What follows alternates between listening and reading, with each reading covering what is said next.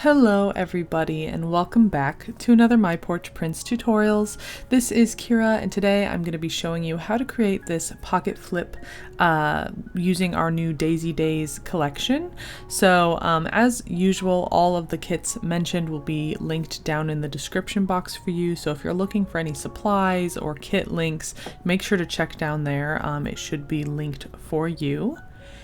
And in today's video, I'm going to show you from start to finish how to assemble the template and then a little bit of how I decorated mine. So feel free to kind of watch and follow along if you like. So to get started, the pocket flip template is its own kit and it can be used with any papers that you like. It doesn't have to be the Daisy Days kit. That's just kind of what I picked for today's video.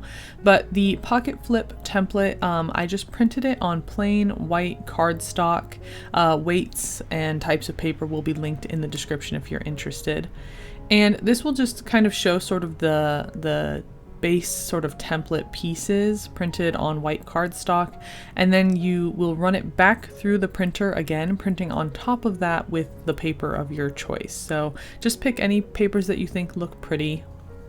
And be sure to mind the top of the template pages will have instructions and labels for like which pieces are there and whether or not to print on the back or not.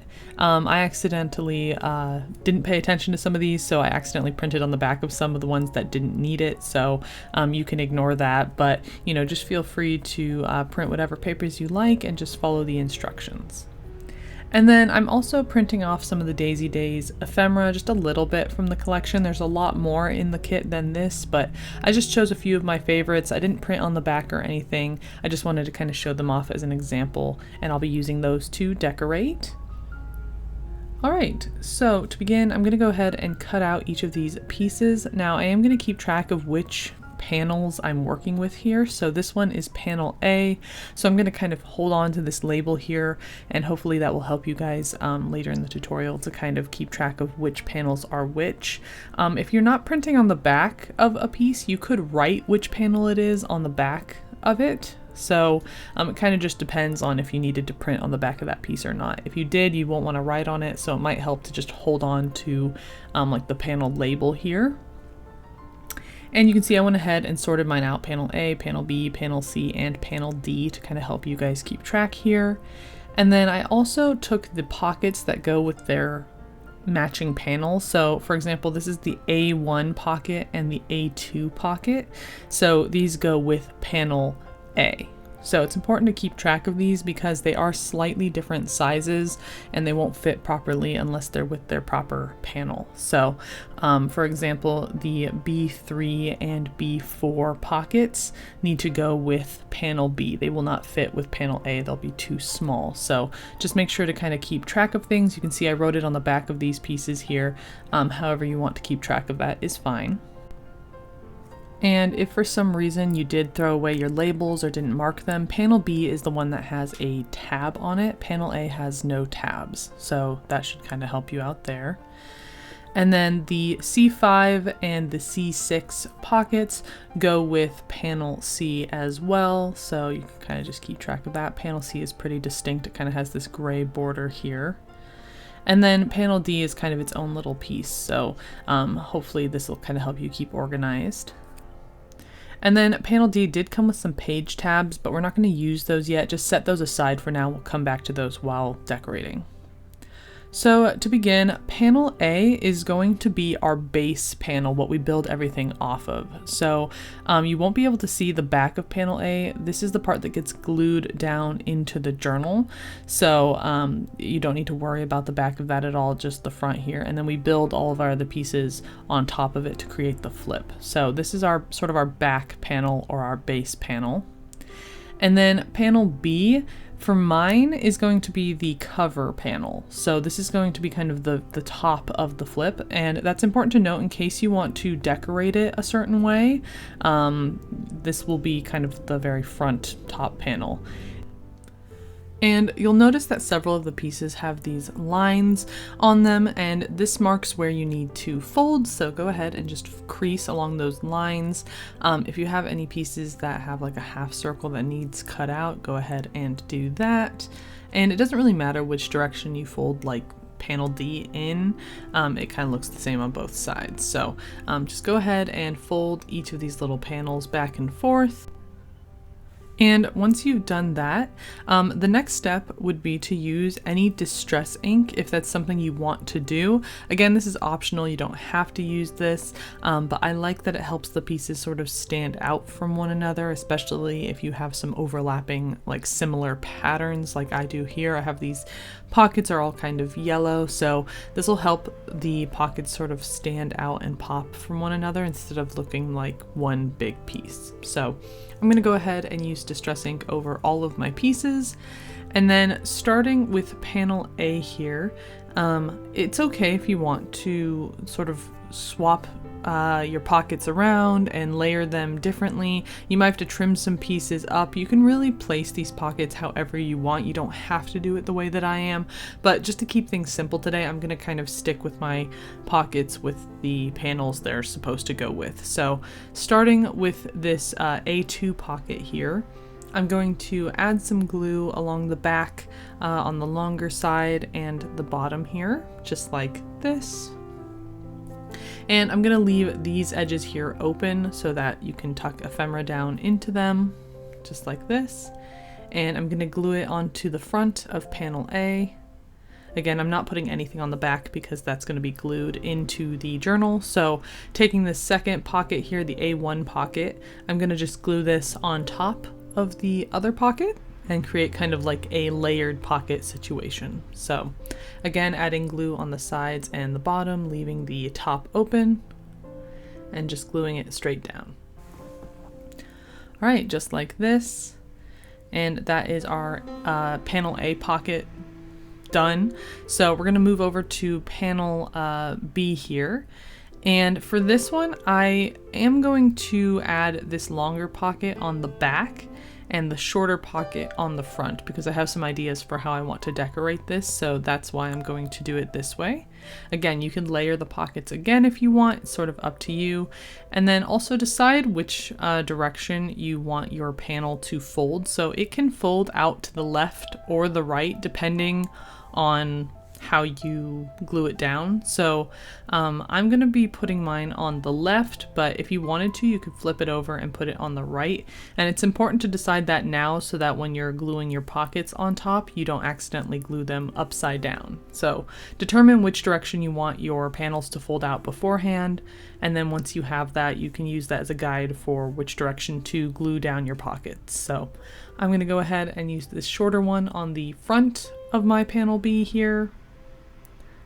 Same situation, adding some glue on the sides and the bottom, leaving the top open, and then flipping it over and adding the B4 pocket onto the back here, just like this. All right, and that's going to finish up panel B. So moving on to panel C, this one's kind of self-explanatory. This piece sort of matches and is meant to go here like this. So it fits right in that dedicated space. So again, adding glue to the sides and the bottom, leaving the edge with the sort of half moon cut out open for sliding in ephemera. And with panel C, if you want to, you can fold it over the top of panel B or over the top of panel A, and you can kind of decide like what order you want your flip to go in. It's sort of up to you. I'm gonna put mine on the right side and then have panel B on the left, and it'll flip kind of over the top of panel C here like this. But if you wanted to, you could shuffle things around and do things a little bit differently. Again, it's kind of up to you how you want to assemble things. I'm just showing you sort of the basic way of doing it. So once you, again, have decided where you want panel C, that'll kind of help you decide where you want the pocket so that you don't accidentally glue it upside down. So again, just gluing the last pocket here, this C6 pocket down. And I'm using Fabri-Tac glue, which is not water-based and won't wrinkle my paper, so it's really handy for all sorts of projects. It works well on fabric, metal, I really like it. So again, we will have that link down below for anyone who is interested. And then the panel D is really simple. We're just going to glue it closed. So go ahead and figure out where you're kind of folding it. And then we're gonna add some glue to the sides of this sort of front panel here, just on the inside, like this. And the thinner you get the bead of glue, the more room you'll have for ephemera. So try to keep it thin and kind of close to the edges with this. That'll give you more room inside of your pocket for ephemera. All right, and there is the panel D done. Real easy, real simple. So again, with this panel, you can add it wherever you like. Just make sure that however you glue it in, I'm gonna be putting it at the bottom. Just make sure that this part isn't upside down. Again, you wanna make sure that your ephemera will stay inside the pocket. So just keep track of that. And with sort of this front part of panel D, there is no pocket, but if you wanted to, you could print off more pockets and glue them on top of this and create more layers if you like. I'm going to show you a little bit later on how I create a pocket for this piece using some ephemera, but you know, you can leave it open for decorating or add pockets, or however you want to do it is fine. All right, to actually begin the actual assembling here, we're going to start by adding some glue onto our panel B tab, and we're just going to fold that panel around panel A, just like this. So just fold it on the tab and try to get the seam as close as possible if you can. You don't want a super wide seam, but it can help to also fold your pieces while the glue is still wet, because if they're too close, then the panel might not fold properly. So, you know, just kind of eyeball it as you work here while the glue is still wet.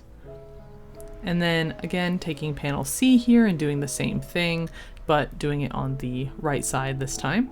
And you can slide your panels up or down or keep them centered, kind of like I am. It's sort of up to you and your preference for how it looks. I'm just going to keep mine centered for now. And then I'm going to take panel D here and again add some glue to the tab, and it's going to fold up from the bottom just like this.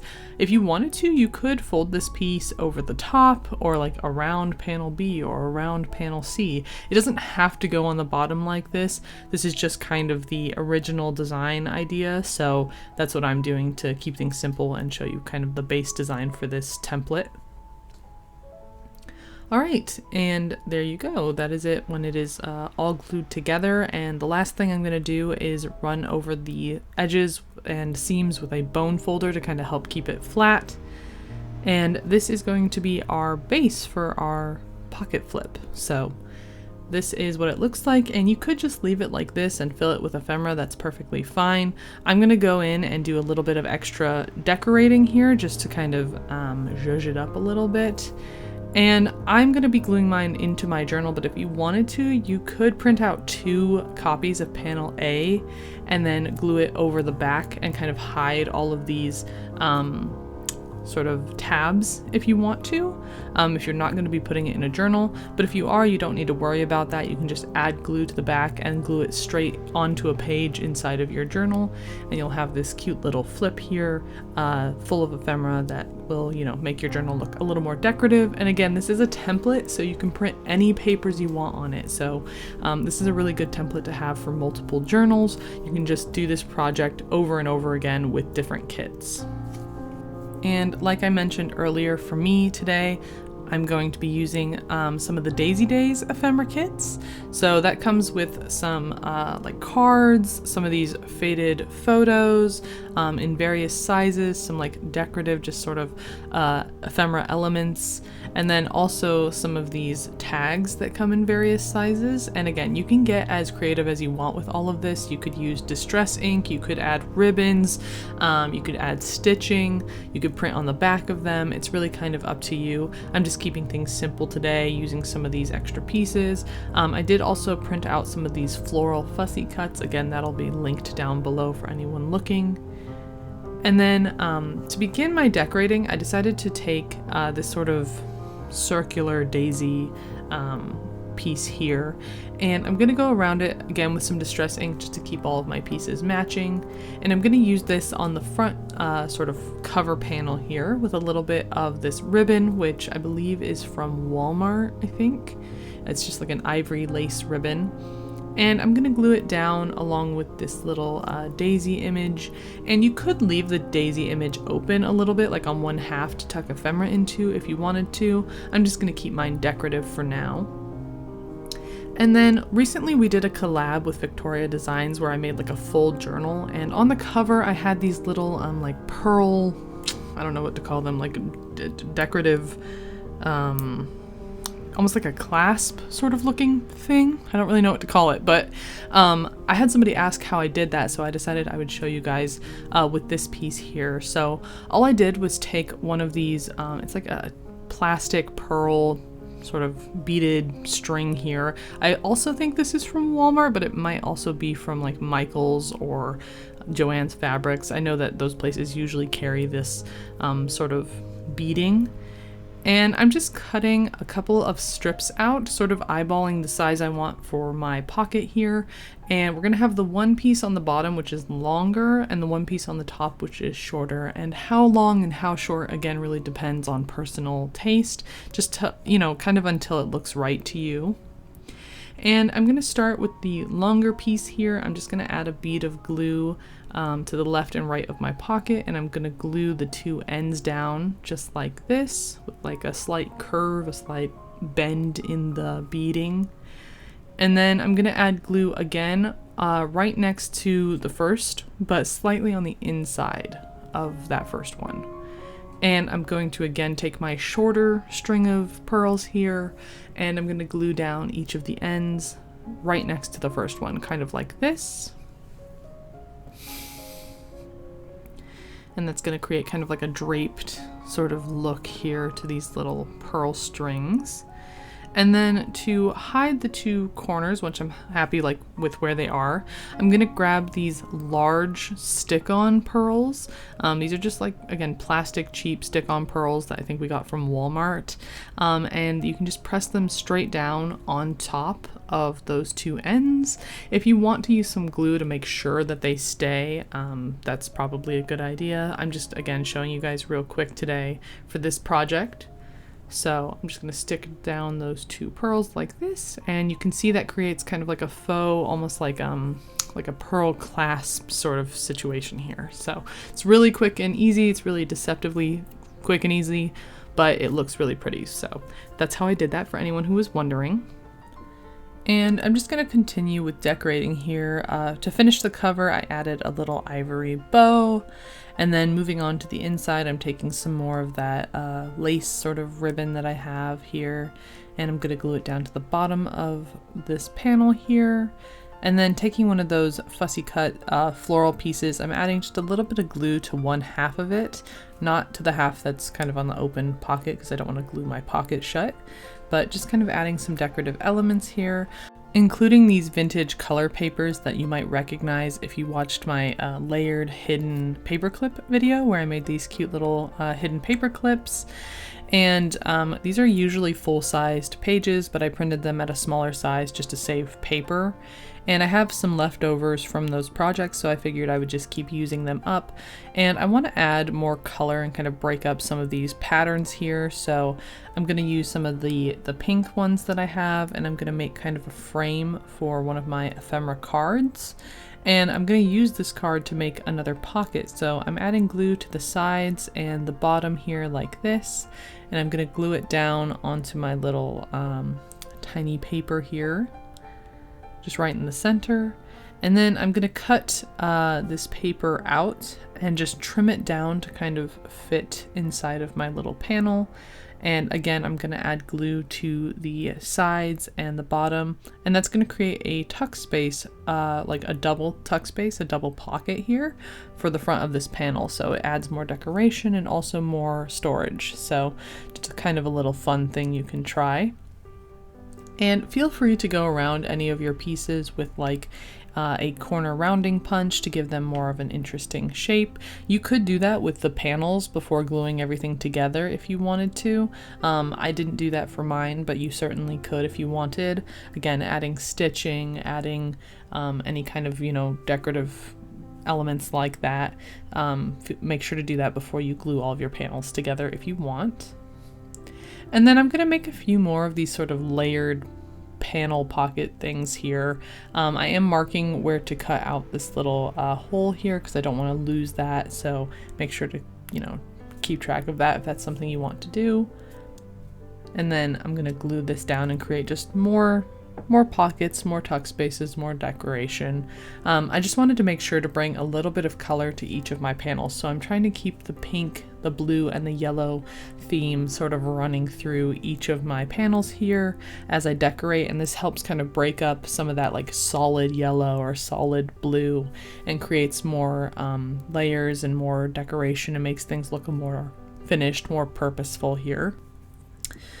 And moving on to the inside, again, adding some more lace and another one of those fussy cut flowers.